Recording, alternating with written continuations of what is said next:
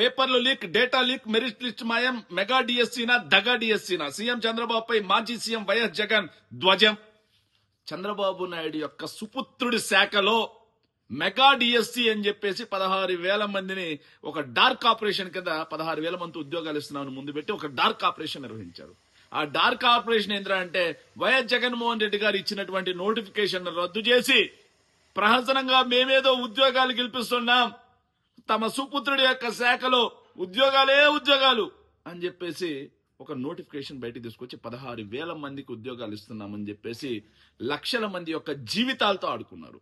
సరే, ఇంతకీ paper leak అనేది అంశం నిజం కాదా? మెరిట్ లిస్ట్ లో ఆఖరికి టాప్ ర్యాంకర్ వచ్చిన అతని పేరు ఎందుకు రద్దు చేశారు? ఎందుకని చెప్పి డిలీట్ చేశారు? సెలెక్టివ్ గా కొంతమందికి మాత్రమే మెసేజ్లు ఎందుకు పెట్టారు? అడుగుతా ఉన్నాం.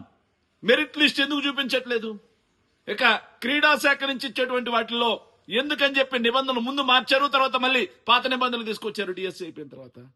ఎందుకని చెప్పేసి ప్రహసనంగా స్పోర్ట్స్ కోటాలో ఉన్న వాళ్ళతో 15 లక్షలతో బేరం కుదిరిన మాట వాస్తవం కాదా? ఆడియో టేపులు చెప్పింది ఏంది? మీ పార్టీ అయితేనే, మీ పార్టీ నేతే ఈ డీల్స్ చేసిన మాట వాస్తవం కాదా? ఫేక్ సర్టిఫికెట్లతో ఉద్యోగాలు ఇచ్చిన మాట వాస్తవం కాదా?